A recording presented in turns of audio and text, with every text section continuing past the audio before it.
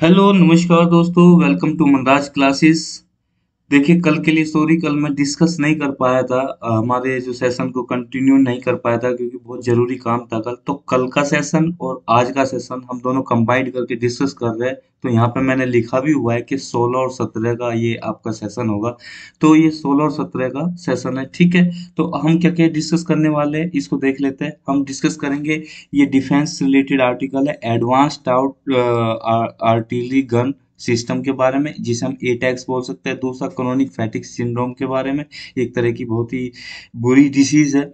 तीसरा आपका एक्सरसाइज उदार शक्ति। चौथा, अगस्त मलाई एलिफेंट रिजर्व। और पांचवा, लिक्विड नैनो यूरिया के बारे में। आगे बढ़ने से पहले एक छोटी सी इन्फॉर्मेशन, प्लीज हमारे चैनल को सब्सक्राइब कीजिए, लाइक कीजिए, शेयर कीजिए और बेल आइकन दबा लीजिए ताकि आपको इंपॉर्टेंट अपडेट मिलते रहे। तो बढ़ते हैं हमारे पहले आर्टिकल की तरफ, जो कि आपका advanced out artillery gun system के बारे में। इस हम शॉर्ट फॉर्म में एटैक्स भी बोल सकते हैं। हुआ क्या है, अभी इंडिपेंडेंस था, सभी जानते हैं, 15 अगस्त का दिन था। ठीक है, उस दिन हमारे प्रधानमंत्री मोदी जी ने लाल किले पर क्या है, एक बहुत ही अच्छी स्पीच दी।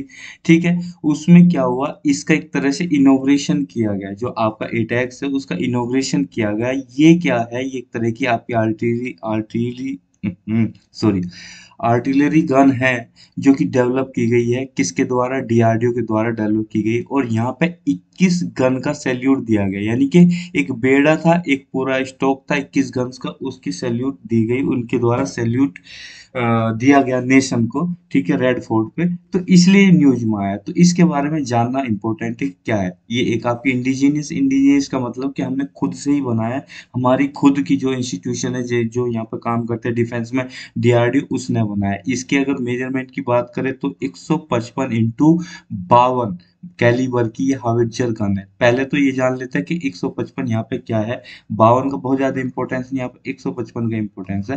ठीक है, 155 ये कैलिबर क्या है, कैलिबर एक आपकी इंटरनल डायमीटर होती है, जो आप ये यहाँ पे बोर्ड देख रहे हो ना, ये आपकी ये देख रहे हो क्या नाम, ये लेंथ टोटल जिसकी ये देख रहे हो, इसकी जो अंदर की डायमीटर, जैसे मान लीजिए पाइप है, ठीक है, ये आपकी बैरल है। ठीक है, ये बैरल की आपकी इंटरनल डायमीटर, ये बैरल होगी, एक तो आपकी आउटर डायमीटर होती है, एक्सटर्नल, और ये इंटरनल डायमीटर। इंटरनल डायमीटर को ही आप कैलिबर बोल रहे हो। तो ये 152 की है।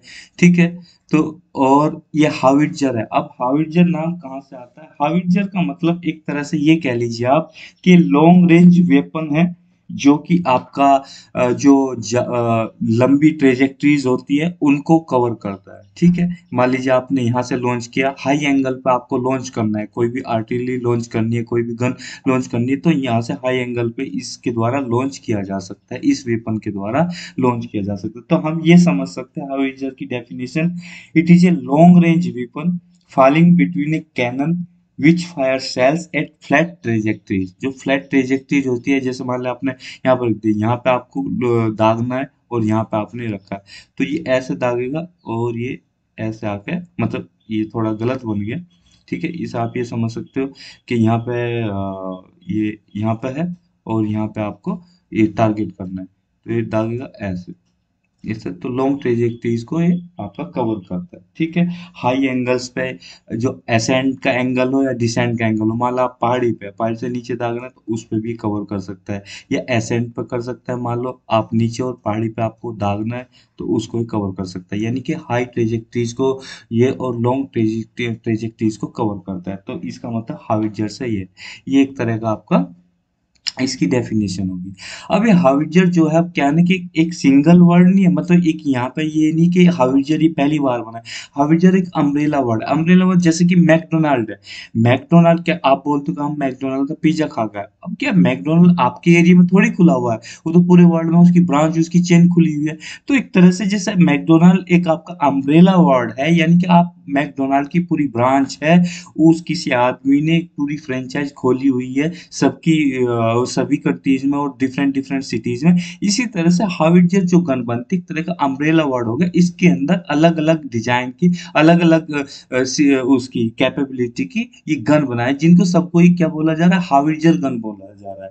अलग अलग कैलिबर की, अलग अलग अलग कैपेसिटी की गन बनाई जा रही है, और हम इंडिजीनियसली बना रहे हैं। ये ध्यान रखना, हमने कहीं से खरीदी नहीं है। कंफ्यूजन हो सकता है कि हावित्जर नाम सुन के हम सोचे कि हमने यूएस से खरीद लिया है, कहीं किसी और दूसरी कंट्री से खरीद लिया। नहीं नहीं, ये हमारी इंडिजीनियस है, खुद की स्वदेशी है। ठीक है, याद रखनी चाहिए। तो डेवलप किसके द्वारा किए गए, डीआरडीओ की एक इस्टेब्लिशमेंट है जिसका नाम है armament research and development establishment.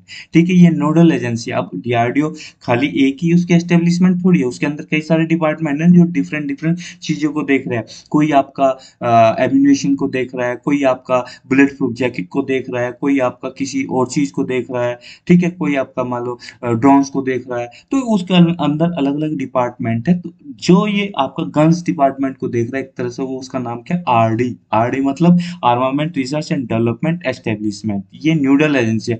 Nodal agency वो एजेंसी होती है जो किसी स्पेशल आपकी प्रोजेक्ट को देख रही होती है। तो यहाँ पे नोडल एजेंसी डीआरडीओ की क्या होगी, मतलब डीआरडीओ के अंदर नोडल एजेंसी जिसको देख रही है वो क्या होगी, वो आपकी आरडी होगी, जिसको किसको देख रही है, हार्डवेयर गन के मैन्युफैक्चरिंग को, प्रोसेसिंग को देख रही है।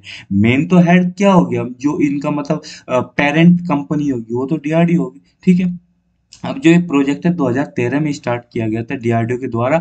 इसका मेन मकसद ये था, जो हमारी आर्टिलरी गन है वो पुरानी हो चुकी है, जो पुरानी गन है उनको रिप्लेस करके नई गन से मतलब वो किया जाए, नवाजा जाए, ये किया जाए, पुरानी गन को रिप्लेस किया जाए नई गन से, जो कि बिल्कुल एक मॉडर्न लेवल पे हो, state of the art technology उनमें लगी हुई है। तो यहाँ पे यही काम हुआ, जो एटैक्स का प्रोजेक्ट है वो ये 2013 से शुरू हुआ है, लगभग इसे 9 साल कंप्लीट हो गए। ठीक है, अब इसके फीचर्स की बात कर ले। इसमें फीचर्स क्या क्या है, फीचर्स इसमें बैरल होता है, जो आप ये पूरा बैरल देख रहे हो, ये पूरा बैरल है। ठीक है, ब्रीच मैकेनिज्म होती है। ब्रीच मैकेनिज्म इस तरह की मैकेनिज्म होते हैं, देखो जहां पे आप इस बैरल के पीछे आप एम्यूनिशन लगाते होंगे ना, कुछ वो लगाते होंगे, आप बॉम्ब टाइप लगाते होंगे, जो भी आपको बुलेट लगानी होती होगी जी इसके साइज की, तो वहां पे एक एम्यूनिशन होता है, उसको आप ढक्कन को खोलते हो, ढक्कन के अंदर एक ऐसी मैकेनिज्म, ढक्कन को मतलब खोलोगे और उसे बंद करोगे, तो एक ब्रीच मैकेनिज्म, एक तरह का ब्रीच ब्लॉक होता है वहां पे। ठीक है, जो उसको ब्लॉक करके रखता है, तो वो इस तरह से अपना आप ही वो क्या गया, ऑपरेट होता है, अपना आप ही ऑटोमेटिक ऑपरेट होता है, तो उसी को ब्रीच मैकेनिज्म बोला जा रहा है। ठीक है, इसमें आपका क्या, गैस फिल हो जाती है, गैस फिल करके उसे सील कर देती है, ताकि जो अंदर के ब्लॉक्स है उसके अंदर कहीं से पासेज ना रहे किसी भी गैस का, मतलब जो इसके अंदर गैस क्रिएट हुई पासेज, ताकि इसकी वो कैपेसिटी और वो एक मारक क्षमता जो होती है ना, जो डेडली अटैक होता है वो बनी रहे। तो इस तरह का इसका ब्रीच मैकेनिज्म होती है। अगर और जानना है तो इसे हम जाकर थोड़ा सा पढ़ सकते हैं, हालांकि हमारी बहुत ज्यादा इतने अंदर घुसने की जरूरत नहीं है इसमें।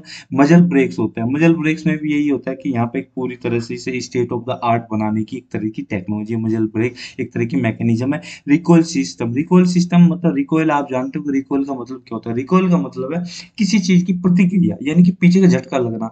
जब आप देखते होंगे कि बंदूक चलाते हैं, तो बंदूक जब आप चलाओगे या किसी को फायर करोगे तो पीछे की तरफ झटका मारती हो, मतलब उसको बोलता है रिकॉइल, यानी पीछे की तरफ झटका लगना, उसको बोला जाता है रिकॉइल। तो यहाँ पे आप देखो, ध्यान से देखो, जब ये वो करती है तो पीछे एकदम हटती है, तो इसको रिकॉइल बोला जाता है। तो इस रिकॉइल मैकेनिज्म को हैंडल करने के लिए इसमें सिस्टम बनाया गया है, जिसको हम रिकॉइल मैकेनिज्म बोल रहे हैं। अब सोच के देखो ना, आप कि कोई चीज स्टेबल है एक जगह, वहां से उसको क्या करना, फायर करना है, तो जब उसकी फायर कैपेसिटी बगैर हिले जो होगी, उसकी रिकॉइल की टाइम में नहीं होगी ना, मतलब आपने फायर करना आगे को और वो काफी पीछे चला गया, तो उसे जाना था मतलब आपका 38 किलोमीटर दूर, और वो पहुंचा सिर्फ आपका 30 किलोमीटर दूर, तो इससे क्या है ना, उसकी जो आपकी मारक क्षमता है उस पर प्रभाव पड़ेगा। तो इसकी रिकॉइल मैकेनिज्म ऐसी लगाई जाती है जिसकी मारक क्षमता पर प्रभाव ना पड़े, तो यहाँ पर रिकॉइल मैकेनिज्म इस टाइप की लगाई गई। तो ये कहने का मतलब ये है कि ये कुछ कुछ ऐसी चीज है जो इसमें मैकेनिज्म लगाए, कुछ कुछ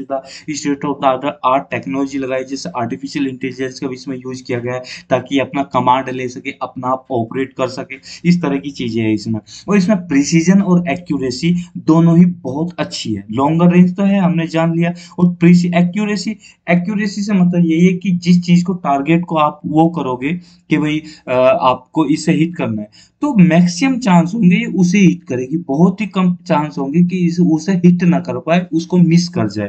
प्रिसीजन का मतलब यही होता है कि मैक्सिमम मैक्सिमम आपका मिनिमम डैमेज करेगी जो आसपास की चीजें, जैसे कि आपको इस एरिया पर हिट करना है, इस एरिया में बहुत सारी चीजें हैं, ठीक है, ये है, और कंजेस्टेड एरिया है ये, ठीक है, यहाँ पर बहुत सारी चीजें, तो आपको बोला गया कि इस पॉइंट को हिट करना है। तो प्रिसीजन का मतलब ये होता है कि ये उसी पॉइंट को हिट करे, उसको टोटली डिस्ट्रॉय कर दे और उसके आसपास क्या है, डैमेज ना करे, आसपास की चीजों को डैमेज ना करे, इसको प्रिसीजन बोला जाता है। और एक्यूरेसी यही बोला जाता है कि कितनी परसेंटेज है कि वो उसको डैमेज ही कर दे। जैसे कि एक तो होता है 100% कि कहते हैं ना कि इसका जैसे कोई आपका एडवोकेट होता है तो उसका जो सक्सेस रेट होता है 100%, आज तक कोई भी केस नहीं आ रहा, इसी तरह से जिसको ये टारगेट करेगी उसको डैमेज कर ही देगी। कितना परसेंटेज है, मान लीजिए 99% है, तो 99% इसका आपका एक्यूरेसी है, यानी कि उसको 99% डैमेज ही कर देगी। 10 में से मुश्किल से एक ही बार ऐसा होगा होगा जिसको मान लो हिट नहीं कर पाएगी या पूरी तरह डैमेज नहीं कर पाएगी, वरना उसको डैमेज कर ही देगी। लॉन्गर रेंज है, अब इसकी रेंज की बात करें तो ये लगभग 38 से आपका कितना हो जाएगा, 38 सॉरी 48 से 52 किलोमीटर तक की इसकी रेंज है। ये 48 से 52 किलोमीटर तक, ठीक है, इसको आप समझ लीजिए, 48 से 52 किलोमीटर तक की इसकी रेंज है, ठीक है, और इसका वजन जो है 18 टन है, ठीक है। अब आपकी जो इसकी रेट ऑफ फायर है, इसमें बोला गया 5 राउंड पर मिनट, 5 राउंड पर मिनट इसकी फायर फायर है, जो ये के रेट ऑफ फायर है, 5 राउंड पर, यानी 5 राउंड जो इसकी एम्यूनेशन है वो उसके 5 राउंड को ये फायर कर सकती है 1 मिनट के अंदर। और इसकी जो बैरल की टोटल लेंथ है, जो ये मैं गिना रहा हूँ ना ये आपको कि भाई टोटल लेंथ कितनी है, ये देखो यूपीएससी के लिए तो उतनी इंपॉर्टेंट नहीं, पर दूसरे एग्जाम में पूछी जा सकती है, यहाँ तक कि आपका यूपीपीएससी में या स्टेट के एग्जाम में पूछ सकते हैं, और दूसरे एग्जाम में तो पूछ ही ली जाती है कि भाई इसकी वो कितनी है, ये कितनी है, तो थोड़ा हम जान लेते हैं डीप में तो अच्छा ही रहता है, ठीक है, ये हमने पढ़ लिया। अब इसको कॉन्फ़िगर किससे किया गया है, जितने भी इलेक्ट्रिकल डिवाइस है उसके साथ इसको क्या किया, कॉन्फ़िगर किया गया है, यानी कि एंगेज किया गया है। इससे क्या होगा कि आपकी मेंटेनेंस की जो उसके है मेंटेनेंस की जरूरत कम पड़ेगी, ठीक है, ये अपना आप ही इसका ऑटोमेटिक मेंटेनेंस होता रहेगा, ये ऑपरेशन इसका रिलायबल हो जाएगा, क्योंकि जब आपका ऑटोमेटिक ये कॉन्फ़िगर की गई है, जितने भी इलेक्ट्रिकल डिवाइस इसमें लगाए गए कि अपना आप ही इसको कॉन्फ़िगर वो करते रहेंगे, मेंटेनेंस करते रहेंगे, और मेंटेन जिसका अच्छा होगा तो ऑपरेशन भी उसका बहुत अच्छा होगा। कहने का मतलब जो चीज़ जितनी ज़्यादा उसका क्या नाम मेंटेनेंस रहेगा, यानी कि सही से उसे रख रखाव रहेगा, तो उसका ऑपरेशन भी उतनी अच्छा रहेगा ना, लंबे टाइम तक के लिए उसे इंडक्ट किया जा सकता है, ठीक है। आगे बढ़ते हैं, इसके एडवांस फीचर की बात करें, हाई मोबिलिटी, इसे कहीं पे भी ले जाया जा सकता है। क्विक डिप्लॉयबिलिटी है, यानी कि इसको आसानी से डिप्लॉय किया जा सकता है किसी भी हाइट पे, किसी भी आपका इसमें क्या नाम टर्रेन में, ठीक है, किसी भी उसमें डिप्लॉय किया जा सकता है इसको, ठीक है। ऑक्सिलरी पावर मोड होता है इसमें कि आपका इमरजेंसी पावर के लिए इसमें मतलब ऐसा सिस्टम किया गया है, ठीक है। कम्युनिकेशन सिस्टम लगाया गया, मतलब आर्टिफिशियल इंटेलिजेंस आपका और दूसरी ऐसी चीजें प्रोवाइड की गई जिससे इसमें कम्युनिकेशन करना आसान होगा, मतलब जब आपका युद्ध चल रहा है किसी दुश्मन देश से, तो उस टाइम पे मतलब ये ऐसा नहीं है कि आपका हाइबरनेट मोड में रहेगा या स्टैंड स्टिल मोड में रहेगा, एक कनेक्टेड नहीं है, स्टैंड स्टिल मोड के आपका इंटरनेट कनेक्टेड नहीं है इसमें, या मतलब इसका कम्युनिकेशन नहीं हो सकता, ठीक है, जैसे कि और आपकी दूसरी गन्स होती है उस टाइप का नहीं, इसमें कम्युनिकेशन सिस्टम भी लगाया गया है। ऑटोमेटिक मोड में भी चलती है, इसको आप कमांड दे दीजिए तो अपना ऑटोमेटिक ये वर्क करती रहेगी, इसमें कमांड दे दिया आपने, मतलब कहने का मतलब कंप्यूटराइज है, इसे कंट्रोल किया जा सकता है, कंप्यूटराइज से दूर से भी कंट्रोल किया जा सकता है, और नाइट में भी फायर कर सकती है, इसमें नाइट विजन कैपेबिलिटी भी लगाई गई है। अब इसकी कंपेटेबिलिटी की बात करें, किस किस के साथ ही कंपेटेबल है, कमांड मोड के साथ कंपेटेबल है, कंट्रोल सिस्टम इसमें लगाया गया उसके साथ कंपेटेबिलिटी बनाई गई है, कम्युनिकेशन सिस्टम इसमें लगाया गया, कंप्यूटर से इसे कंट्रोल किया जा सकता है। इंटेलिजेंस मैंने बोला ना, आर्टिफिशियल इंटेलिजेंस है, ये अपनी इंटेलिजेंस का यूज करके, अब इंटेलिजेंस की इसे अपना आप सोचना है, इसे आपने कमांड दे दी कि इस एरिया को हिट हिट करना है, यहाँ यहाँ आपके दुश्मन है। तो अपना आप ही दुश्मन को पहचानेगी, ये अपना आप ही उनके बंकर्स को पहचानेगी कि यहाँ है, अपनी इंटेलिजेंस यूज करेगी कि ऐसा है तो ऐसा हो सकता है, यहाँ पे हमारा दुश्मन है, इस तरह की एक्टिविटी दिख रही है, दुश्मन है, तो यहाँ पे अपना आप ही उसको क्या है टारगेट करेगी और उसे हिट कर देगी। तो इसमें आर्टिफिशियल इंटेलिजेंस का यूज किया गया। तो ऐसा सिस्टम बनाया गया था जिसका नाम था क्या, artillery combat command and control system, जिसको हमने शक्ति का नाम दिया गया। इसमें क्या था, टेक्निकल फायर कंट्रोल सिस्टम था, फायर प्लानिंग थी कि फायर करने की ये प्लान कर सकता है, कि अपना आप प्लान कर सकता है। इसे डिप्लॉयमेंट मैनेजमेंट आता है, ठीक है, और ऑपरेशन लॉजिस्टिक मैनेजमेंट आता है कि सामान को ले जाना। अब इसके अंदर इतना सारा एम्यूनेशन आप भर सकते हो कि आपको ऐसा ना अलग से किसी दूसरे उससे मंगाने की जरूरत नहीं है, यानी कि आपकी चीजें बहुत आसान हो जाती है। इसी के ये फीचर्स, इसको state of the art technology की वजह से, इतने एडवांस फीचर की वजह से एकदम ब्रांड न्यू और एकदम ग्लोबल लेवल पे कॉम्पिटिटिव आर्टिलरी गन सिस्टम माना जाता है। ठीक है, आगे बढ़ते हैं, इसका फ्यूचर में क्या रोल होगा। देखो, अब फ्यूचर की इसकी रोल की बात करें तो जो जो इसका डेवलपमेंट प्रोसेस है ये डीआरडीओ ने किया था। इसके साथ साथ एक दूसरी चीज भी हम वो कर रहे थे, हाविटजर धनुष। अब देखो, मैंने पहले ही बता दिया कि हाविटजर ये नहीं कि सिंपल यही एटैक्स बनाया है हमने, हाविटजर में और भी कई सारी चीज बन रही है जिनके अलग अलग ब्रांड नेम रखे गए, जिसका हमने धनुष रखा नाम। ठीक है, पिछले दिनों न्यूज में भी था। तो जो हविष्य धनुष है वो कौन बना रहा है, इसको बना रहा है एवी बना रहा है। आवी बोल सकते हैं इसे, आओ भी बोल सकते हो, advance weapons and equipment India limited बना रही है, जिसका पहले नाम क्या था, ऑर्डिनेंस फैक्ट्री बोर्ड था। अब इसका क्या कर रहे हैं हम, रिस्ट्रक्चरिंग कर रहे हैं और कॉर्पोरेटाइजेशन कर रहे हैं। गवर्नमेंट इसका रिस्ट्रक्चरिंग कर रही है, कॉर्पोरेटाइजेशन कर रही है, यानी कि इसको डिफरेंट पार्ट में डिवाइड करे कि ये पार्ट ये संभाल लेगा, ये पार्ट ये संभाल लेगा। तो इसी को रिस्ट्रक्चर करके हमारा 2021 में गवर्नमेंट ऑफ इंडिया ने क्या बनाया, advance weapons and equipment India limited बना दिया, जिसे हम आविल भी बोल सकते हैं, आईएल ये भी बोल सकते हैं, या आवी भी बोल सकते हैं, इनको हटा दीजिए, एडब्ल्यू भी बोल सकते हैं। तो इसको जिम्मेदारी दी गई, तुम हाविटजर धनुष बनाओ। ठीक है, तो ये भी इसके साथ साथ बनाया जा रहा है। 2021 में 19 में आर्मी ने और मिनिस्ट्री ऑफ डिफेंस ने क्या किया था, ये क्लेरिफाई किया था कि लगभग बल्क में धनुष को प्रोडक्शन करो, 114 धनुष प्रोड्यूस करने हैं। ठीक है, अभी क्या है, कमिंग डेज में क्या है कि एटैक्स और धनुष, ये क्या है, ओल्डर जो आर्टिलरी हमारा सिस्टम था पुराने टाइम का, जो चलते आ रहा है काफी टाइम से, वो इनके द्वारा रिप्लेस किया जाएगा, क्योंकि ये state of the art technology से क्या ना भलीभूत मतलब परिपूर्ण, भलीभूत नहीं परिपूर्ण। ठीक है, तो ये हमारा पहला आर्टिकल कंप्लीट हुआ। दूसरे आर्टिकल की तरफ बढ़ते हैं, जो कि बहुत ही भयंकर बीमारी है, जिसका नाम है क्रोनिक फैटिक सिंड्रोम, सीएफएस। ठीक है, अभी हुआ क्या है, एक पेशेंट है जिसको ये बीमारी है, उसको जाना था आपका यूरोप। ठीक है, अब इसमें एक आदमी ने पेटिशन लगाई हाई कोर्ट में, दिल्ली हाई कोर्ट में। उसको ये बोला गया, जो कि इस बीमारी से सफरिंग कर रहा है, सफर कर रहा है, उसको रोकने के लिए बोला गया दिल्ली हाई कोर्ट को, कि यहाँ पर लिख रहा ना, a petition has been filed in Delhi high court to stop the person who is suffering from the CFS in since 2014 से ये सफर कर रहा है। उसे कहाँ से रोका, फ्रॉम ट्रेवलिंग टू यूरोप। ठीक है, ये है। और अब उसको क्या है कि वो किस लिए जा रहा है, कि उसे यूथनेशिया दिया जा सके, कि हमारे यहाँ पे यूथनेशिया अभी लीगलाइज नहीं किया गया है। तो ये ही प्रॉब्लम है कि यूथनेशिया के लिए वहां पे ले जाया जा रहा है। अब यूथनेशिया के बारे में, क्योंकि यहाँ दो टर्म हमने यूज कर ली, तो सीएफएस यानी क्रोनिक फैटिक सिंड्रोम और यूथनेशिया, इन दोनों के बारे में डिस्कस करते हैं। तो बढ़ते हैं आगे। ये क्या है, सीरियस आपकी डिबिलिटिंग डिसीज है। डिबिलिटिंग डिसीज जो आपकी बॉडी को एकदम वीक कर देती है, छीन जीर्ण छीन कर देती है, वो एक तरह की डिसीज है। ठीक है, ये आपके नर्वस सिस्टम को अफेक्ट करते हैं। नर्वस सिस्टम जो आपकी पूरी बॉडी में, क्योंकि पूरी बॉडी आपकी किससे बनी है, पूरी बॉडी में वेन्स फैली हुई, नसें फैली हुई ना, नर्व्स यानी कि नसें, तो पूरे आप बॉडी में जो आपके नर्वस सिस्टम को फेल करना शुरू कर देती, कमजोर करना शुरू कर देती। आपका इम्यून सिस्टम, आपकी ब्लड जो ब्लड है, ब्लड में इम्यूनिटी होती है, एंटीजेंस होते हैं, वो आपके लड़ते हैं ना, एंटीबॉडी जो एंटीबॉडीज होती है, ये सब चीजों से लड़ते हैं। जो आपका फॉरेन आपके वायरल होते हैं, वायरस होते हैं, उनसे लड़ते हैं। तो इम्यून सिस्टम वीक हो जाएगा तो आप तुरंत बीमार पड़ जाओ किसी वायरस के कांटेक्ट में आते ही। और बॉडी की जो एनर्जी का प्रोडक्शन होता है, ठीक है, माइटोकॉन्ड्रिया जिसे से बोलते हैं कि जहाँ उसको एनर्जी का भंडार बोलते हैं, उसको वीक कर देती है। तो ये ऐसी डिसीज है। फैटिक से मतलब थकावट है, एकदम बॉडी में एकदम गिरावट है। क्रोनिक मतलब जो काफी टाइम हो जाए, जो ठीक ना होने का नाम भी, उसको क्रोनिक बोलते हैं। ठीक है, इसे हम बोलते हैं माइलेजिक एनसीफेलोमाइलिटिस भी बोलते हैं। माइलेजिक एनसीफेलोमाइलिटिस भी बोलते हैं, या शॉर्ट फॉर्म में एमई भी बोलते हैं, मी एमई भी बोला जा सकता है।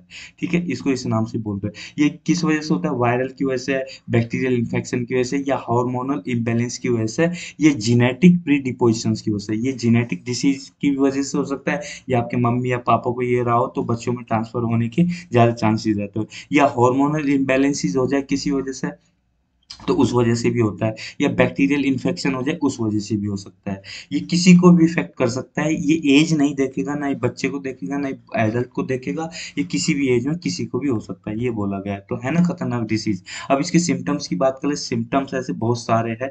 तो इसकी आपकी एबिलिटी को, जो एक्टिविटी होती है, मतलब आप काम करते हो, आप बड़े एंथुसिज्म के साथ काम करते हो, आपकी एक्टिविटी को कम कर देता है। यानी कि आपका काम करने का मन नहीं करेगा, बॉडी में थकावट फील करोगे। इस तरह की अगर एक्टिविटी आपकी 6 महीने या उससे ज्यादा चलती है, तो आपके अंदर इसका मतलब इस बीमारी का प्रवेश हो चुका है, एंट्री हो चुकी है। डिबिलेटिंग फैटिग रहता है, यानी कि आपकी बॉडी को जो जीर्ण शीर्ण कर दे, बिल्कुल एकदम कमजोर कर दे। 6 महीने से अगर ज्यादा ऐसा हो रहा है, तो दैट मीन्स इसकी शिकायत हो सकती है सीएफएस की। अब एक होता है post external exertional malaise. Post exertional malaise क्या होता है, इसको हम जानते हैं। पोस्ट एक्सर्शनल मैलेज जो होता है, ये एक तरह का आपका सिम्टम्स जो आपके निकल के आते हैं, उनका एक तरह से और बुरा होते जाना। कहने का मतलब कि आपकी, ये कहिए कि जो आपका फिजिकल जो एक्सरसाइज होता है, यानी काम करने की एक तरह से क्षमता होती है, वो आपकी कम होती जाती है, वर्स्ट होती जाती है। यानी कि अगर मान लीजिए आप ये कहो कि एक दिन में आपका 12 से आपका 48 घंटे, मान लो 12 से 48 घंटे इस तरह का ये चीजें रहती है। काम करने के बाद आपने काम किया, पोस्ट एक्सर्शनल मैलेज। मैलेज एक तरह की बीमारी, एक तरह का दोष होता है। एक्सर्शन, ठीक है, बोलते हैं ना एक्सर्शन, एक्सर्शन जो बोलते हैं हम, यानी किसी चीज पर आपका एक्सर्ट करना, एक्सर्ट करना किसी चीज पर आपका दबाव दिखाना। दबाव दिखाने से मतलब यहाँ पे है कि आपने फिजिकल वर्क किया। ठीक है, पोस्ट एक्सर्शन यानी कि काम करने के बाद जो आपके सिम्टम्स दिखने लगते हैं, वो और बुरे होते जाए, यानी कि ज्यादा थकावट महसूस होने लगे, और वो थकावट आपकी 12 से 48 घंटे रहे, तो उसको बोलते हैं पोस्ट एक्सर्शनल मैलेज। ठीक है, और क्रैश, क्रैश से मतलब यहाँ पे ये है कि आपके अंदर, कि आपने काम किया और बहुत ज्यादा थकावट होगी, यानी कि आप मेंटली और फिजिकली जो एनर्जी है एकदम लॉस कर गए, तो उसको क्रैश बोला जाता है। आप मेंटली भी और फिजिकली भी एनर्जी का जो लॉस हो जाता है एकदम, और उसको आपको क्या बोलते हैं, क्रैश बोलते हैं। इस तरह से कुछ कुछ आपकी सिम्टम दिखा, जैसे कि आप शॉपिंग करने लगोगे, अचानक से आप थक जाओगे और बैठ जाओगे कुछ टाइम के लिए, या आप टीथ ब्रश करने लगे, कुछ कुछ ऐसी एक्टिविटीज महसूस की गई कि ये जो क्रैश होती है, तो इस तरह की एक्टिविटीज आदमी करता है। ये स्लीप में आपको नींद नहीं आएगी सही से, या नींद ही नींद आती रहेगी कई कई घंटों तक, सोचने में डिफिकल्टी होगी, मेमोरी का आपका लॉस देखने को मिलेगा, रिटेंशन नहीं रहेगा मेमोरी का, डिजीनेस, थकावट रहेगी, लाइट हेडेडनेस रहेगी। लाइट हेडेडनेस से शरीर ऐसा हो जाएगा, आप फेंट हो जाओगे, बेहोश हो जाओगे, सिर भारी भारी रहेगा, हेडेक रहेगा, सिर में दर्द रहेगा, बॉडी में पेन रहेगा, जॉइंट्स में जो आपके जॉइंट्स होते हैं उनमें दर्द रहेगा, फ्लू लाइक सिम्टम्स आपको देखने को मिलेंगे। ठीक है, आपके जो गले में है ना, ये लिम्स होते हैं गले में, वो सूज जाएंगे। ठीक है, उस वजह से, ये सूजने से ये इसके सिम्टम देखने को मिलेंगे, और डाइजेस्टिव टिश्यू जो होता है उनमें प्रॉब्लम देखने को मिलेगी। यहाँ पे भी ये सारे आपके सिम्टम्स बोले गए हैं। ठीक है, तो इस तरह का आपके सिम्पटम देखने को मिलते हैं जब आपकी सीएफएस बीमारी हो जाती है। इसका ट्रीटमेंट, देखो ट्रीटमेंट तो इसका कोई ऐसा स्पेशल ट्रीटमेंट तो है नहीं, मगर हाँ, डॉक्टर जो है कुछ कुछ जो मेडिकल एग्जामिनेशन होता है, जैसे कि ब्लड टेस्ट हो गया, यूरिन टेस्ट हो गया, इसके माध्यम से इसका पता लगाया जाता है। और इसमें थोड़ी सी थेरेपी होती है, जिसका आप नाम देते हैं पेसिंग।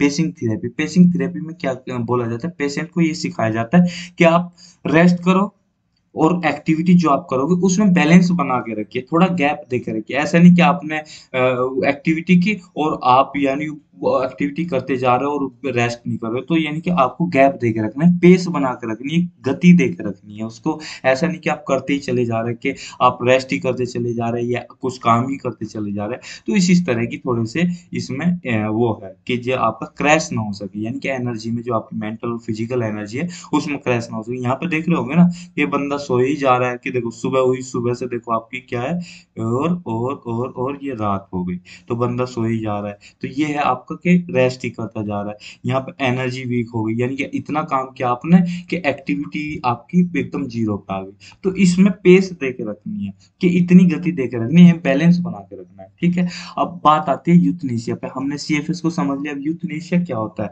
यूथनेशिया एक तरह की प्रैक्टिस होती है जिसमें हम किसी आदमी के, किसी पेशेंट की लाइफ को एंड करते हैं।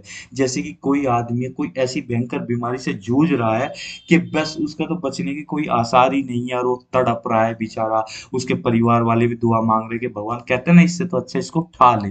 तो उसको उसके दुखों से मुक्त करने के लिए जो उसे, या तो ये कह लीजिए उसको एक तरह से मार दिया जाए, कि जानबूझ के जो मारा जाता है उसको बोलते हैं यूथनेशिया, ठीक है। तो ये एक तरह की प्रैक्टिस है कि लाइफ को एंड करने की किसी पेशेंट को, उसको यूथनेशिया बोला है। अब यूथनेशिया ऐसा तो चार टाइप का होता है, पर मेनली दो टाइप का होता है, एक्टिव यूथनेशिया और पैसिव यूथनेशिया।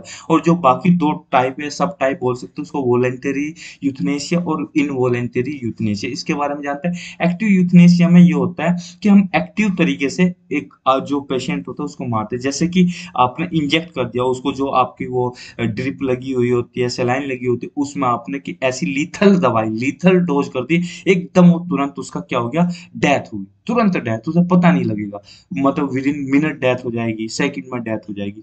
तो यहाँ बोला लीथल डोज दी जाती है ड्रग की, तो उसमें क्या होता है, आपकी डेथ हो जाती है। तो इसको एग्रेसिव यूथनेशिया भी बोलते हैं। एक पैसिव यूथनेशिया ये बोलते हैं कि उसे धीरे धीरे से मरता है। जैसे कि कोई आदमी इस कंडीशन में है जो आपका वेजिटेटिव स्टेट में पहुंच चुका है। वेजिटेटिव स्टेट मतलब उसका कुछ नहीं हो सकता, वो सड़ रहा है बेचारा, मांग रहा है दुआ कि मार दो मुझे। उसके परिवार वाले भी कह रहे हैं कि बस अब नहीं देखा जाता, इसको मार दीजिए डॉक्टर साहब। उस केस में आपको क्या, एक पैथी यूथनेशिया का कंसेप्ट आता है कि आपकी लाइफ सपोर्ट हटा ली जाती है। जैसे ऑक्सीजन हटा ली, वो धीरे धीरे धीरे धीरे कुछ मिनट में या कुछ सेकंड, उसमें कुछ मिनटों में, 15 मिनट में, आधे घंटे में धीरे धीरे मर जाए। ऐसा नहीं है कि ऑक्सीजन हटा दी तुरंत मर जाएगा। यहाँ पे दवाई दी जा रही है, वो तुरंत नहीं वो मतलब यहाँ पे तुरंत मर रहा है, मगर यहाँ पे पैसिव धीरे धीरे मरेगा। तो ये पैसिव यूथनेशिया। यहाँ पे एक वॉलेंटरी यूथनेशिया जिसमें पेशेंट की कंसेंट ली जाती है, कि हो सकता है उसके रिलेटिव ना कह रहे हो या उसका कोई रिलेटिव ना हो, पर पेशेंट को पता है कि वो अब बचेगा नहीं, तो वो कहता है कि अपनी दुखों से मुक्त होना चाहता है, और डॉक्टर को कहता है, किसी को भी कहता है कि भैया मुझे मार दो, मैं जीना नहीं चाहता हूँ। तो उसको बोलते हैं आपका वॉलेंटरी यूथनेशिया। एक है इनवॉलेंटरी यूथनेशिया, जिसमें कि पेशेंट की कंसेंट नहीं ली जाती है, ठीक है। उसमें पेशेंट की कंसेंट नहीं ली जाती है, उसके दुखों से दूसरे ही लोग या डॉक्टर इतने परेशान हो जाते हैं कि भाई उसे मार दिया जाए। तो वो इनवॉलेंटरी यूथनेशिया। आपने एक मूवी देखी हो, क्या नाम आपकी, हॉलीवुड की मूवी है, 100 बिलियन डॉलर बेबी। इस मूवी का शायद ये नाम है, 100 बिलियन डॉलर बेबी। ये मॉर्गन फ्रीमैन की है, और एक्ट्रेस का नाम मैं भूल गया। वो बहुत अच्छी मूवी है, पर एंड में जो सीन होता है वो रुला देता है। ये मतलब बॉक्सिंग पे है, तो इसे देखना, अगर आपको टाइम मिले तो देखना, तो बहुत अच्छी मूवी। आगे बढ़ते हैं, ठीक है। अब इसके लीगल प्रोविजंस की बात कर ले, इंडिया में ये क्यों आपका लीगल नहीं है, क्या है। 1994 में सुप्रीम कोर्ट ने क्या किया था, कि एक केस आया था उसके सामने जिसका नाम था ज्ञान Kaur versus state of Punjab. इसमें बोला था कि असिस्टेड सुसाइड है, यूथनेशिया अनलॉफुल है, यानी कि कह लीजिए यूथनेशिया जो है अनलॉफुल। असिस्टेड सुसाइड का मतलब कि किसी को जानबूझ के सुसाइड करना करना पड़े, ठीक है, उसे मजबूर किया जाए, मजबूर नहीं, सॉरी, उसकी हेल्प करी जाए सुसाइड करने में। क्योंकि कोई आदमी अपनी इच्छा से मरना चाहता है, तो उसको हेल्प की जा रही है। जैसे कि यहाँ पे यूथनेशिया जो एक कंसेप्ट है, वो असिस्टेड सुसाइटी उसे बोल सकते हैं, सुसाइड बोल सकते हैं, वो अनलॉफुल यानी कि इलीगल है। 2011 में सुप्रीम कोर्ट के पास एक और केस आया, जिसका नाम था Aruna Ramachandran Shanbaug versus Union of India. इसमें जो पैसिव यूथनेशिया जो है, इसमें बोला कि पैसिव यूथनेशिया दिया जा सकता है, मगर वो एक्सेप्शनल सर्कमस्टेंसेस में दिया जा सकता है। यहाँ पे भी हर केस में अलाउ नहीं किया, स्ट्रिक्ट कंडीशन में, स्ट्रिक्ट मॉनिटरिंग में कहा है। तो कहने का मतलब यहाँ पे भी एक तरह से ओवरऑल अनलॉफुल ही रहा यूथनेशिया।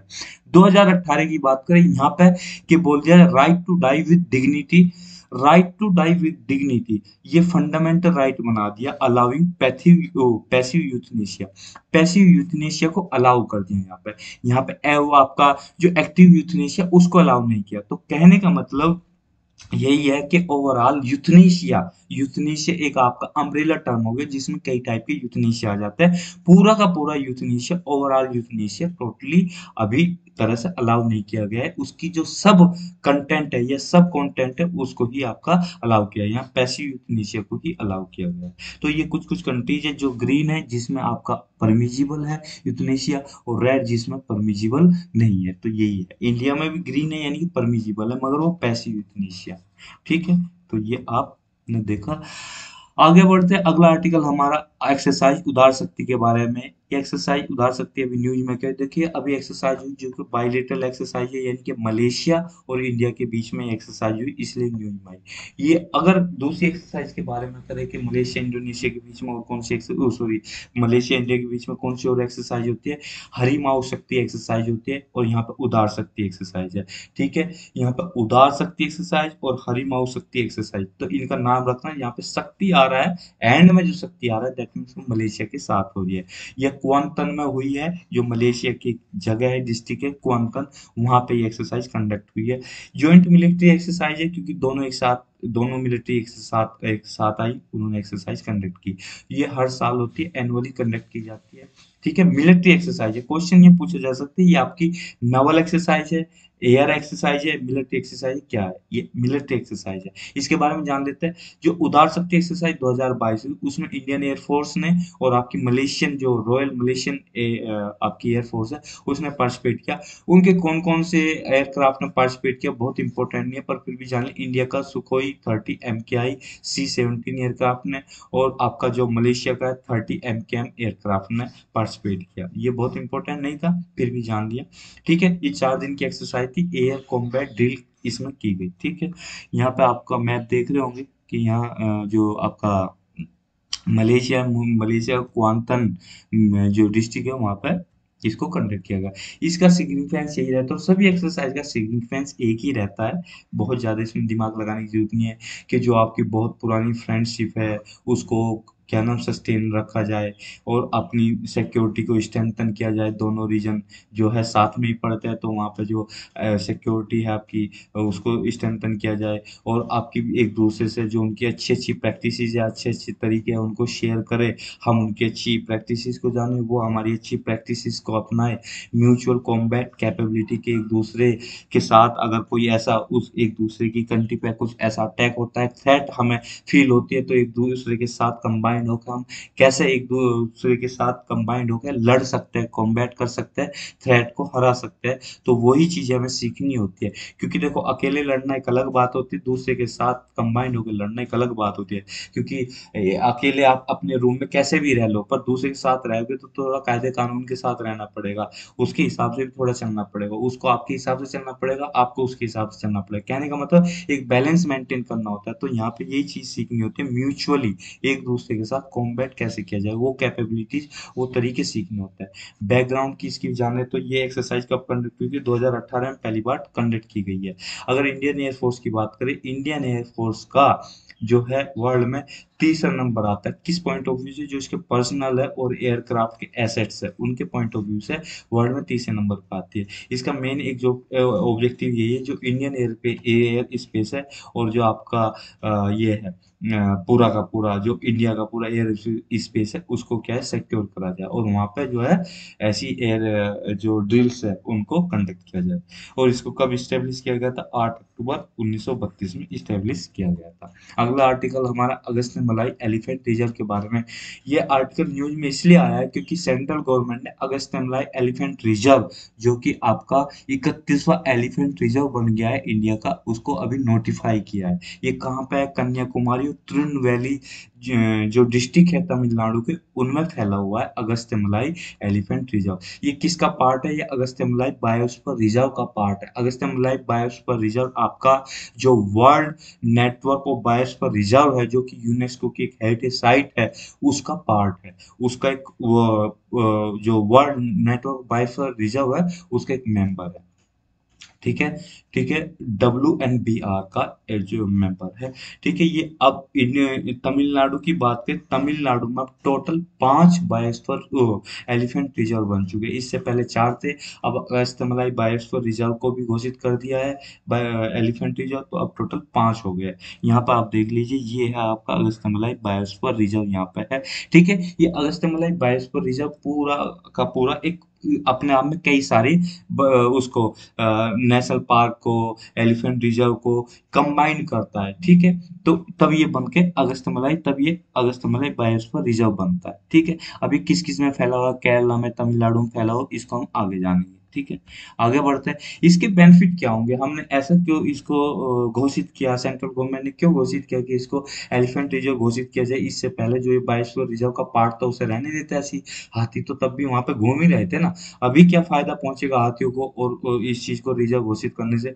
फायदा ये पहुंचेगा कि देखिए, सेंट्रल गवर्नमेंट का एक प्रोजेक्ट है, प्रोजेक्ट एलिफेंट, जिसके अंदर आप सेंट्रल गवर्नमेंट प्रोजेक्ट एलिफेंट के अंदर एलिफेंट को कंजर्व करने के लिए, उनकी अच्छी वेलबींग के लिए क्या है वो स्पॉन्सर करती है। ठीक है, स्टेट गवर्नमेंट को। तो इससे यहाँ पे है कि स्टेट गवर्नमेंट को क्या है, फिनेंसिंग मिलेगी, फिनेंस मिलेगा, पैसा मिलेगा, किसके अंदर? प्रोजेक्ट एलिफेंट के अंदर।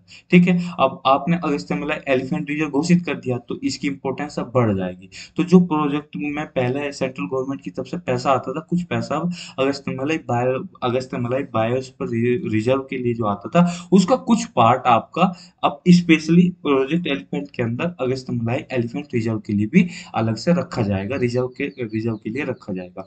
तो अब इससे क्या फायदा? दूसरा फायदा ये होगा कि जो दूसरी पॉपुलेशंस थी एलिफेंट्स की, वो अब इस एरिया के साथ कनेक्ट हो सकेगी। पहले कनेक्ट नहीं होती थी, क्योंकि अब ऐसा इसमें कॉरिडोर बना दिया जाएगा जो इसके साथ कनेक्ट कर सकती है। इससे मतलब एक तरह से उनकी पॉपुलेशन में बढ़त यानी कि इंक्रीमेंट देखने को मिलेगा। ठीक है, अब ये कौन से एरिया में फैला है? ये श्रीविल्लुपुत्तुर मेघामलाई टाइगर रिजर्व जो एरिया है, वहां पर भी ये फैला हुआ है। यानी उस एरिया को कनेक्ट कर देंगे किसके साथ? आपका अगस्त्यमलाई एलिफेंट रिजर्व के साथ कनेक्ट कर देंगे। तो ये आपने जाना। आगे बढ़ते हैं। अब हम जान लेते हैं अगस्त्यमलाई बायोस्फीयर रिजर्व के बारे में, जिसमें अगस्त्यमलाई एलिफेंट रिजर्व है। ठीक है, ये जो है, ये आपका साउदर्न मोस्ट आपका एरिया है, किसका? वेस्टर्न घाट का। ठीक है, कहाँ पे फैला हुआ? केरला में फैला हुआ, तमिलनाडु में फैला हुआ। यहाँ पे देखिए, यहाँ पे तो आपको सिर्फ अगस्त्यमलाई बायोस्फीयर रिजर्व दिख रहा होगा, मगर यहाँ पे आप देखिए केरला, ये वाला अगस्त्यमलाई बायोस्फीयर रिजर्व, ये केरला के कुछ पार्ट में फैला हुआ, और ये रहा तमिलनाडु, तमिलनाडु कुछ पार्ट में फैला हुआ, यानी कि 2 स्टेट में फैला हुआ है। ठीक है, तो यहाँ पे ये बोलो साउदर्न मोस्ट, यानी साउदर्न मोस्ट, बिल्कुल एकदम साउदर्न मोस्ट पार्ट में, एंड में है बिल्कुल जाकर। तो यहाँ पे इसलिए लिखा है southern most end of the Western Ghat. Western Ghat ही है पूरा का पूरा आपका। ठीक है, वेस्टर्न घाट का बिल्कुल सदर्न मोस्ट, ये सदर्न मोस्ट पार्ट हो गया। तो यहाँ पे फैला हुआ है किसमें? केरला के पार्ट में, और आपका तमिलनाडु के कुछ पार्ट में फैला हुआ है। ठीक है, अब इसका नाम अगस्त्यमलाई क्यों रखा गया? क्योंकि केरला में अगस्त्यमाला पीक है।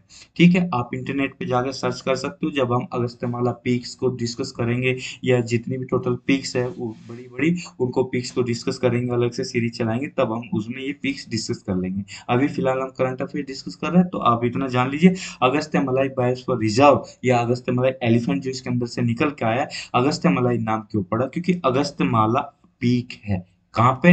केरला में, जिसकी ऊंचाई 1868 यानी 1868 मीटर है, और सी के लेवल से ऊपर इतनी ऊंची है। ठीक है, मार्च 2016 में इसे किस में इंक्लूड कर लिया गया था? एबीआर को, एबीआर मतलब अगस्त्यमलाई बायोस्फीयर रिजर्व को डब्ल्यूएनबीआर में, डब्ल्यूएनबीआर यानी world network of biosphere reserve, यानी कि वर्ल्ड में जितने बायोस्फीयर रिजर्व्स हैं, उन्हें यूनेस्को ने क्या किया? वो एक पहचान दी, एक नाम दिया। ठीक है, उन्हें इंपॉर्टेंस प्रोवाइड की, क्योंकि यूनेस्को जिसको रिकॉग्नाइज करता है, उनको एक तरह से स्पेशल असिस्टेंस प्रोवाइड की जाती है, स्पेशल फोकस रहता है उनके कंजर्वेशन पे। तो वर्ल्ड में जितना भी पूरा नेटवर्क फैला हुआ है बायोस्फीयर रिजर्व का, उसको 2016 में ये अगस्त्यमलाई बायोस्फीयर रिजर्व को बायोस्फीयर का दर्जा दिया गया। ठीक है, इसके अंदर कौन कौन से वो फैले हुए हैं? पेपापारा, पेपारा जो वाइल्ड लाइफ सेंचुरी है, सेंडुरने वाइल्ड लाइफ सेंचुरी है, ठीक है, और नैयार सेंचुरी का भी कुछ पार्ट इसके अंदर आता है, कलक्कड़ मुंडन थुरई टाइगर रिजर्व आता है, ठीक है, ये सारे पार्ट इसके अंदर आते हैं, किसके अंदर, एबीआर के अंदर, ठीक है। इस पे क्वेश्चन भी पूछा था शायद 2019 या 20 में, यूपीएससी ने क्वेश्चन पूछा था कि ये किसके अंडर आता है, तो यहाँ पे ये चीजें इंपॉर्टेंट है, तो इसको आप बड़ी फोकस होके पढ़ना, और अपने जो आपका एटलस है उसमें जाकर देखना, तब आपको पूरी पिक्चर क्लियर हो जाएगी। और मैं भी इस पे एक अलग से बनाऊंगा, जो साउथ का बायोस्फीयर रिजर्व है उसको पूरा ओपन करके अच्छी तरह से समझाऊंगा। और वो यहाँ पे अगर बात करके इसके अंदर जो वर्ल्ड की जो ओल्डेस्ट जो ट्राइब्स है, वन ऑफ द ओल्डेस्ट, पूरी ओल्डेस्ट नहीं कह सकते, वन ऑफ द ओल्डेस्ट, इस पे जो ट्राइब्स है वो आपकी कौन सी है, कनिकरण ट्राइब्स है। इसके ऊपर धनुष ने एक पिक्चर भी बनाई थी, कनिकरण, शायद उसी का नाम था,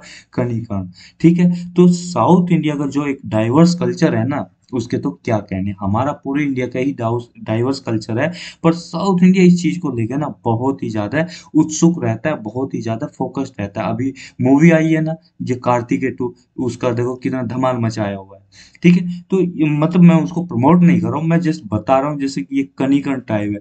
हमारा जो साउथ इंडिया है वो यूपीएससी के लिए ना एक तरह से हॉट स्पॉट है पूरा, ठीक है। आगे बढ़ते हैं, अगला आर्टिकल हमारा लिक्विड नैनो यूरिया के बारे में। अब ये क्यों न्यूज में आया है, इसलिए न्यूज में आया है कि हमारी सेंट्रल गवर्नमेंट ने ये कहा है, जो यूनियन मिनिस्ट्री ऑफ फर्टिलाइजर है, कि लगभग 6 करोड़ बोतल 2022-23 जो ये सेशन है 2022-23 का, उसके अंदर 6 करोड़ बोतल इसकी प्रोड्यूस की जाएगी लिक्विड नैनो यूरिया की। सबसे पहले तो हम यूरिया को जानेंगे, फिर लिक्विड ने सॉलिड यूरिया को जानेंगे, उसके बाद नैनो यूरिया को जानेंगे। देखो, यूरिया एक तरह का फर्टिलाइजर होता है, ऐसे तो फर्टिलाइजर कई सारे होते हैं, एसएसपी होता है, एमओपी होता है, आपका यूरिया होता है, आपका एनपीके होता है, ये सब मिक्स फर्टिलाइजर बोलते हैं, ठीक है। इसका आपका यूरिया को सॉलिड फर्टिलाइजर बोलते हैं, MOP muriate of fertilise muriate of phosphate बोलते हैं, एसएसपी आपका सिंगल सुपर फॉस्फेट होता है। तो कई सारे फर्टिलाइजर है, आपके बायो फर्टिलाइजर होते हैं, ठीक है। तो जो बायोडिग्रेडेबल जो आपके वो होता है, वेस्ट होता है, उसको सड़ा के उस तरह से फर्टिलाइजर में कन्वर्ट किया जाता है, वो होता है, ठीक है। वो सारे फर्टिलाइजर्स है, ठीक। अब यहाँ पे यूरिया की बात हो रही है, तो हम यूरिया की बात करेंगे। यूरिया दो टाइप का हो गया, एक तो आपका हो गया यूरिया, ये नाइट्रोजनस फर्टिलाइजर होता है, इसमें मेनली नाइट्रोजन होती है, ठीक है। वो एक होता है एनपीके, वो इसमें नाइट्रोजन, पोटास और आपका फास्फोरस और पोटास होता है, तो ये मिक्स फर्टिलाइजर इसको बोलते हैं। हम यूरिया की बात करें तो यहाँ पे क्या है, यूरिया आपका सॉलिड फॉर्म में रहेगा, प्रिल्स की फॉर्म में रहेगा, प्रिल्स, PRILL, प्रिल। ये प्रिल्स मीन दाने, जो आपको दाने दिख रहे हैं ना, इनको प्रिल्स बोलते हैं, तो ये दाने हो गए, तो ये प्रिल्स की फॉर्म में रहेगा, ठीक है। अब इनका साइज आपका 1 mm से लेके 2.8 mm तक रहता है, 1 mm से भी कम होता है, वो थोड़ा सा पाउडर फॉर्म में हो जाएगा, मगर हम जो मेन इसका जो अच्छा साइज मानेंगे 1 mm से 2.8 mm के बीच में मानते हैं, जो कि अच्छा साइज माना जाता है, ठीक है। इस रेंज में ये रहता है। अब जो आपका नैनो यूरिया होता है, जो इसमें नैनो नाम जोड़ दिया गया है, नैनो का मतलब यहाँ से है कि इसका जो पार्टिकल होगा, लिक्विड होगा, उसमें जो पार्टिकल होंगे यूरिया के, वो नैनो फॉर्म में होंगे, यानी कि उनका जो साइज होगा 20 से, या आपका कितना हो जाएगा, 50 नैनोमीटर के बीच में हो जाएगा, 20 से 35 नैनोमीटर के बीच में हो जाएगा। तो हम इस रेंज में इसको समझेंगे, ठीक है। तो आपने समझ लिया कि यूरिया क्या है, फर्टिलाइजर है। यूरिया यहाँ पे दो टाइप का, एक सॉलिड यूरिया, एक आपका लिक्विड यूरिया। लिक्विड यूरिया का लिक्विड फॉर्म में देखेंगे, बोतल्स में उसको स्टोर किया जा सकता है, जैसे यहाँ पे बोतल है। एक बोरी जो आपकी यूरिया की होती है, ये जो एक कट्टा है या एक बोरी है, ये बराबर किसके हो जाएगी, एक बोतल के। इससे फायदे कितने हो जाएंगे, देखो कई सारे फायदे। एक तो ये सस्ता होगा, दूसरा ये फसलों पे पूरा का पूरा कंज्यूम हो जाएगा, बिखरेगा नहीं, पत्तों पे गिरेगा और पत्ते सारे उसको कंज्यूम कर लेंगे, जो पत्तों में छेद होते हैं ना, स्टोमेटा होता है, उसको कंज्यूम करेंगे, क्योंकि तो स्प्रे किया जाएगा, धरती पे गिरेगा नहीं। ये दानों की फॉर्म में होता है, जब दानों को हम बिखेरा जाता है तो पत्तों पे गिर के धरती में गिर जाता है। तो मान लीजिए धरती है, यहाँ पे एक पौधा लगाया हुआ है आपने, एक पौधा यहाँ पे, एक पौधा यहाँ पे, आपने इस पे दाने दाने गिरे, दाने गिरे, दाने गिर के दाने यहाँ पे बिखर गए, कुछ दो चार दाने मान लीजिए आपने, यहाँ पे आप पौधे को बनाते हैं, ये पौधा है, ये एक पौधा है, ये एक पौधा है, ठीक है। आपने दाने डाले, दाने कुछ यहाँ गिर गए, कुछ इसकी जड़ में चले गए, मान लो 20 दाने गिरे, 20 दाने में 10 दाने यहाँ पे गिर गए, 10 दाने जड़ में, इसकी जड़ में, रूट्स में गए। तो ओवरऑल डाले थे आपने 20 दाने इस पौधे के लिए, 20 में से सिर्फ 10 ही गए, यानी कि इसकी एफिशिएंसी कितनी होगी, 50% एफिशिएंसी, यानी कि 50% इसकी एफिशिएंसी है, जबकि हमारे जो लिक्विड नैनो यूरिया की एफिशिएंसी के 89 से आपकी 95 98 तक परसेंट एफिशिएंसी इसकी रहेगी। तो ये सब चीज़ें हैं। और दूसरी चीज़ ये इंडिजीनियस है, किसी फॉरेन कंट्री ने नहीं इजाद की, ये हमारी जो इफ्को है ना, जो बहुत बड़ी कंपनी है, गवर्नमेंट की कंपनी है, जिसका नाम फुल फॉर्म क्या है, Indian Farmers Fertiliser Corporation Limited है। ठीक है, इसने इजाद किया, इसकी एक ब्रांच है, इसकी एक ब्रांच का नाम मैं बता दूं आपको, नैनो बायोटेक्नोलॉजी रिसर्च सेंटर, जो कि कलोल में है, गुजरात में। गुजरात का जो इफ्को है, ठीक है, गुजरात का जो इफ्को है उसने इसको इजाद किया। ठीक है, ये हमने देखा। अब यहाँ पे देखिए, ये सॉलिड नैनो यूरिया, इसका साइज 1 mm से ज्यादा, 1 mm या 1 mm से ज्यादा है, जबकि लिक्विड नैनो यूरिया पार्टिकल का साइज 20 से 50 mm के बीच में रहेगा। ये तो इनमें डिफरेंस हो गया। ठीक है, अब ये क्या है, नैनो पार्टिकल की फॉर्म में रहेगा। इसमें न्यूट्रिएंट क्या होता है, नाइट्रोजन होता है, जो प्लांट को दिया जाता है, और प्लांट में जाने के बाद उसे क्या एक तरह से स्ट्रेंथ मिलती है पौधों को। ठीक है, इसलिए हम यूरिया का यूज करते हैं। पार्टिकल साइज 20 से 50 mm हो गया। ये आपका केमिकल नाइट्रोजन फर्टिलाइजर है, व्हाइट होता है कलर में। ठीक है, और आर्टिफिशियल नाइट्रोजन प्रोवाइड करता है। ये कन्वेंशनल यूरिया को रिप्लेस करेगा। ये कन्वेंशनल यूरिया है, इसको रिप्लेस करके इसको लाया जाएगा। ये इसको लाया जाएगा, इसको रिप्लेस करके इसको लाया जाएगा। उल्टा बोल गया था मैं। ठीक है, और आपका फिर क्या होगा, इसमें 40 मिलीग्राम पर लीटर नाइट्रोजन होगी, किसमें, 50 mm की बोतल में। मान लीजिए 50 mm की, वो 500 मिलीलीटर की बोतल है, इसमें क्या है, 40,000 मिलीग्राम पर लीटर नाइट्रोजन इसके अंदर होगा, यानी कि बहुत ज्यादा इसमें होगा इसका। और ये कह सकते हैं इसका इम्पैक्ट क्या हो, एक बैग आपका जो कन्वेंशनल यूरिया है वो एक बोतल के 500 ml की बोतल, यानी हाफ लीटर की बोतल के बराबर होगा। और डेवलपमेंट तो हमने जान ही लिया, इंडिजीनियसली किया गया है, स्वदेशी है। नैनो बायोटेक्नोलॉजी रिसर्च सेंटर ने किया है। कलोल में जो प्लांट है गुजरात में, कलोल एक डिस्ट्रिक्ट है गुजरात का, वहाँ पे इसका प्लांट लगा हुआ है इफ्को का, वहाँ वहाँ इसे इजाद किया गया है। तो अब ये वर्ल्ड में पहली बार हुआ है, ये बहुत बड़ी टेक्नोलॉजी है। किसके अंदर बनाएगी, आत्मनिर्भर भारत के अंदर। आत्मनिर्भर भारत के अंदर इसका सब कंटेंट है, क्या है, आत्मनिर्भर कृषि, जिससे हम कृषि में आत्मनिर्भर हो सके। आत्मनिर्भर कैसे हुआ जाएगा, क्योंकि हम जो यूरिया है उसे इंपोर्ट करते हैं। देखो हमारे इंडिया में यूरिया इतना ज़्यादा डेवलप किया जाता है, प्रोड्यूस किया जाता है, फिर भी वो कम पड़ जाता है, क्योंकि सारा का सारा हम कंज्यूम कर लेते हैं और उसकी ब्लैक मार्केटिंग भी होती है। इस वजह से इस चीज़ को बचाने के लिए कि हमने क्या है, इम्पोर्ट को कम करना है, इससे हमारा पैसा ही बचेगा और हम कृषि में आत्मनिर्भर बन सकेंगे, यूरिया की रिक्वायरमेंट को फुलफिल करेंगे। ये आपका कलोल का, गुजरात का यूरिया का प्लांट है। यूरिया का प्लांट में आपको, ये आपका प्रीलिंग टावर है, जहाँ पे लिक्विड यूरिया को ऊपर से डाल जाता है, नीचे सॉलिड फॉर्म में आ जाता है। ठीक है, तो ये सब है, इसके ऑब्जेक्टिव यही है कि जो अनबैलेंस आपका यूज होता है और बेहिसाब यूज होता है उसको हम रोक सके। ठीक है, इसकी क्रॉप की प्रोडक्टिविटी को बढ़ा सके, कि आपका 2 बोरे यूरिया डालना पड़ता है मान लीजिए थोड़ी सी आपकी फसल को उगाने के लिए, पर आपका एक आधी बोतल में ही काम हो जाएगा उतनी फसल को उगाने के लिए। तो इसका आपका वो जो सोयल है उसकी जो है प्रोडक्टिविटी है, फर्टिलिटी है, उसको आपको रिड्यूस होने से रोका जा सकता है। वाटर की खपत को कम किया जा सकता है, और एयर पोल्यूशन को भी कम किया जा सकता है। ये इसके फायदे होंगे। सिग्निफिकेंस वो सब चीज़ें हमने पढ़ी ली है, सब चीज़ें हमने जान ली है, एक बार आप स्लाइड रोक कर पढ़ सकते हो। बेटर फूड क्वालिटी, ये सस्ता होगा, ये कॉस्ट कम होगी। ठीक है, ये फार्मर्स की इनकम को बढ़ाएगा, फसल ज़्यादा पैदावार होगी, न्यूट्रिएंट्स का लॉस कम होगा, एनवायरनमेंट में कम फर्क पड़ेगा। ठीक है, इसकी न्यूट्रिएंट्स की यूज एफिशिएंसी ज़्यादा होगी, इसका सरफेस एरिया ज़्यादा होता है, पार्टिकल साइज बहुत कम रहता है, ये क्लाइमेट चेंज को रोकेगा, यही सब इसमें बताया गया। अब ये अच्छा क्यों है, वही सब चीज़ें हमने पढ़ ली। इसकी एफिशिएंसी 85 से 90% है, जबकि इसकी एफिशिएंसी 25% है। सॉलिड वाले की एफिशिएंसी 25% है, और लिक्विड वाले की एफिशिएंसी 85 से 90% है। तो इसका कन्वेंशनल यूज जो है ज़्यादा गंदा होता है, मतलब कहने का मतलब इसका सही से इम्पैक्ट नहीं हो पाता फसल पे। कहने का मतलब यही है कि जो मैंने आपको बताया, मान ली एक पौधा है, उस पर आप सॉलिड डालोगे तो उसके पत्तों से फिसल के कुछ इधर गिर जाएगा, कुछ की जड़ों के पास गिरेगा।